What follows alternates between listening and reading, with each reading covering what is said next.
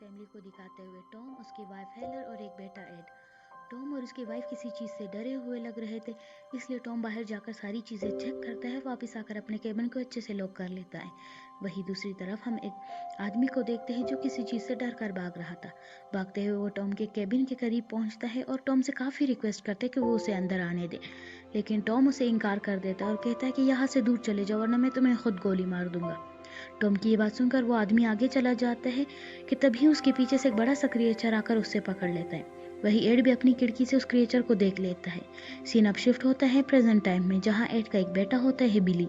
अगले सीन में हमें दिखाया जाता है कि एड की एक छोटी सी शॉप है जिससे वो बिली के साथ ओपन करने जाता है। थोड़ी देर बाद ही उसी की शॉप पर कुछ कैंपर्स आते हैं और उसी दौरान एक बोरस नाम का आदमी भी आता है कुछ सामान लेने के लिए। बोरस के 5 ग्रैंडसन होते हैं, जिसमें छोटा ग्रैंडसन बिली की बॉल उठा लेता है, जिस पर बोरस का बड़ा ग्रैंडसन बंट अपने छोटे भाई को डांटते हुए कहता है कि तुम्हें पता है जो लोग गलत काम करते हैं उन्हें पम्पकिन हेड आके ले जाते हैं। और फिर वो चारों उसे पम्पकिन हेड के नाम से तंग करने लगते हैं। वहीं अंदर एड को पम्पकिन हेड के नाम के साथ ही अपने बचपन के इंसिडेंट याद आता है। तभी हम देखते हैं कि एड बोरस के पेट का फूड घर पर ही भूल गया था, और क्योंकि बोरिस ने दोबारा वहां आना नहीं था, इसलिए एड कहता है कि वो फूड अपने घर से लेकर उसके घर तक पहुंचा देगा। इसके बाद एड बिली को शॉप पर अकेला छोड़कर घर चला जाता है। वहीं इन कैंपर्स में से जोएल और उसका भाई शॉप के सामने ही राइड कर रहे होते हैं कि तभी बिली का डॉग फील्ड में भाग जाता है, जिसे पकड़ने के लिए बिली भी उसके पीछे भागता है। और इसी दौरान जोएल की बाइक से बिली का एक्सीडेंट हो जाता है, जिसकी वजह से जोएल वहां से भाग जाता है। वही जोएल का भाई बाकी लोगों को भी वहां से भेजकर खुद बिली के पास आता है। थोड़ी देर बाद एड वहां पे वापस आता है और बिली को जख्मी देखकर उसे घर ले जाता है, लेकिन बदकिस्मती से बिली मर चुका होता है। वहीं दूसरी तरफ हम देख पाते हैं कि ट्रेसी नाम की लड़की पुलिस को इन्फॉर्म करने वाली थी कि तभी जोएल टेलीफोन की तार काट देता है। यहाँ पर जोएल की गर्लफ्रेंड किम से हमें पता चलता है कि कुछ महीने पहले जोएल से एक एक्सीडेंट हो चुका था, जिसका पहले से उस पर केस चल रहा था, और अगर एक और रिपोर्ट की गई तो वो सीधा जेल चला जाएगा। जोएल यहाँ क्रिस और ट्रेसी को एक रूम में बंद कर देता है ताकि वो पुलिस को इन्फॉर्म ना करे। सीन फिर से शिफ्ट होता है एड की तरफ, जो एक औरत के बारे में पूछने के लिए बोरिस के पास आता है, जो कि दरअसल एक विच होती है। बोरिस उसे उस लेडी के बारे में नहीं बताता, जिसके बाद एड वापस लौटने लगता है कि तभी बोरिस का ग्रैंडसन एड की गाड़ी के सामने आकर उसे कुछ पैसों के बदले में उस लेडी के बारे में बता देते हैं कि उस लेडी का नाम हैगिस है और वो ब्लैक रिज नाम की जगह पर रहती है। एड को बंट की बातों पर यकीन नहीं था, जिसकी वजह से वो उसे अपने साथ ले जाता है। बंट एड को आधा रास्ता बताकर वापस आ जाता है। इन सब के बाद एड हैगिस के केबिन में जाता है, जो कि अंदर से काफी डरावना होता है। एड हैगिस को अपने पास मौजूद गोल्ड ऑफर करता है, लेकिन हैगिस उसे कहती है कि मरे हुए को जिंदा करना उसके बस की बात नहीं। इसलिए एड कहता है कि उसे उन लोगों से बदला लेना है जो कि उसके बेटे की मौत के जिम्मेदार हैं। जिसके बाद हैगिस उसे कहती है कि उसे ग्रेवयार्ड से एक डेड बॉडी लानी होगी। अगले सीन में हम देखते हैं कि एड ग्रेवयार्ड से एक डेड बॉडी ले आता है। फिर हैगिस एड का ब्लड लेकर उस डेड बॉडी पर कुछ रिचुअल करती है, और देखते ही देखते वो डेड बॉडी एक जिंदा क्रिएचर में बदल जाती है। वही एड अब बेहोश होने लगता है, और कुछ देर बाद जब उसे होश आता है तो हैगिस उसे कहती है कि तुम्हारा काम हो चुका है। इसके बाद हम अगले सीन में देखते हैं कि मैगी, जो कि स्टीव की फ्रेंड होती है, वो इस हादसे से काफ़ी परेशान होती है। वो केबिन से बाहर जंगल में आती है और उसके पीछे स्टीव भी आता है, जो कि उसे समझाता है कि उसे इतना परेशान होने की ज़रूरत नहीं। लेकिन उसी दौरान वो क्रिएचर वहां पहुंचकर स्टीव पर हमला कर देता है, जिसे देखकर मैगी फौरन केबिन में भाग जाती है और बाकियों को बताती है कि कोई क्रिएचर आके स्टीव को ले गया है, जिसे सुनकर क्रिस और जोएल शॉट गन लेकर लड़कियों को केबिन में छोड़कर स्टीव को ढूंढने जाते हैं। वहीं दूसरी तरफ केबिन में मैगी काफ़ी डरी होती है, लेकिन किम और ट्रेसी उसकी बात पर यकीन नहीं करते। मगर एज ए व्यूअर हम देखते हैं कि वही क्रिएचर केबिन की विंडो के पास से गुजर रहा है। दूसरी तरफ स्टीव के ना मिलने पर जोएल और क्रिस वापस केबिन में आते हैं, जिसके बाद ट्रेसी कहती है कि जितनी जल्दी हो सके हमें यहाँ से निकलना चाहिए, जिससे मैगी इनकार कर देती है कि वो स्टीव के बगैर नहीं जाएगी। ये कहते हुए वो जैसे ही केबिन का दरवाजे से बाहर निकलती है, तभी केबिन के रूफ से स्टीव की डेड बॉडी गिरती है।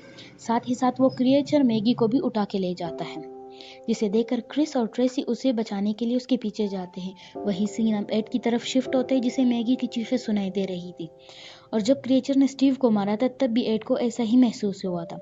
इसलिए वो फौरन हैगिस के पास जाकर उसे ये सब रोकने के लिए कहता है, जिस पर हैगिस उसे बताती है कि ये सब रोकना अब उसके बस में नहीं। इसलिए एड कहता है कि वो इन सब से खुद निपटेगा। ये बात सुनकर हैगिस उसे कहती है कि अगर उसने ऐसा करने की कोशिश की तो वो भी मारा जाएगा। अब सीन वापस क्रिएचर पर शिफ्ट होते हैं जो मैगी को केबिन के पास लाकर किम और जोएल के सामने मार देता है, जिसे देखकर गुस्से में जोएल केबिन से बाहर आकर कहता है कि अगर तुम्हें मुझे मारना है तो तुम मुझसे मुकाबला करो, लेकिन क्रिएचर उसके सामने नहीं आता, इसलिए जोएल वापस केबिन में आ जाता है कि तभी क्रिएचर उसके सामने आकर किम को भी ले जाता है। जोएल चिल्लाते हुए बाहर निकलता है और तभी क्रिस और ट्रेसी भी वापस आ जाते हैं। फिर ये तीनों किम को ढूंढने लगते हैं। इसी बीच में इनकी नज़र एक दरख्त पर पड़ती है जहाँ क्रिएचर किम के साथ था। क्रिएचर किम को इतनी ऊंचाई से फेंकता है कि किम की मौत हो जाती है। ये सब देखते ट्रिस, क्रिस और जोएल आसपास के घरों से हेल्प मांगने जाते हैं, लेकिन कोई भी उनकी मदद नहीं करता।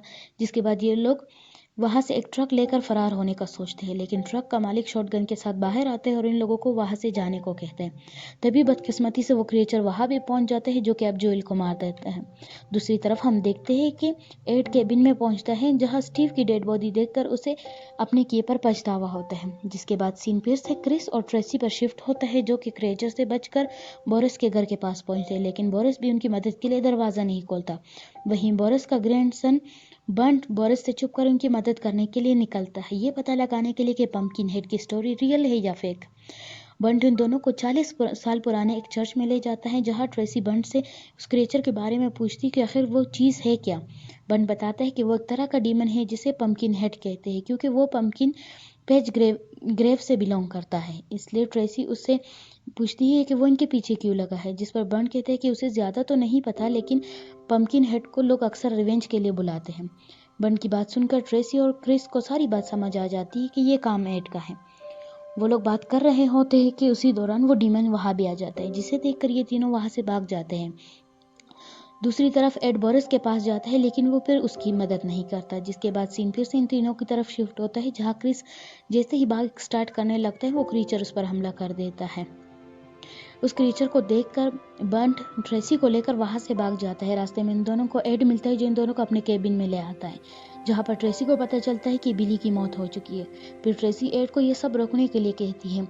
दूसरी तरफ हम बंट को बिली के रूम में देखते हैं कि तभी वो क्रिएचर क्रिस को लेकर बिली के रूम में पहुंचता है और बंट को भी पकड़ लेता है, जिसे देखकर एड क्रिएचर को मारने के लिए उसकी तरफ बढ़ता है कि तभी एक पिच फॉक में फंस जाता है और उसे चोट लगती है। लेकिन हैरानी की बात यह होती है कि एड के साथ साथ उस क्रिएचर को भी दर्द होता है, जिसे एड समझ जाता है कि वो और क्रिएचर एक दूसरे से जुड़े हुए, क्योंकि हैगिस ने एड के खून से उसे जिंदा किया था। तभी क्रिएचर ट्रेसी को पकड़ लेते हैं, लेकिन तभी एड अपनी कार से गन निकालकर खुद को शूट कर लेता है और वही गिर जाता है, जिससे वो क्रिएचर भी गिर जाता है, जिसे देखकर सब लोग समझते हैं कि वो क्रिएचर अब मर गया।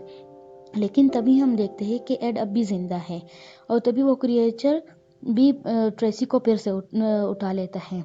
और इसी दौरान हम देखते हैं कि एड अब भी जिंदा है और वो क्रिएचर भी जिंदा है।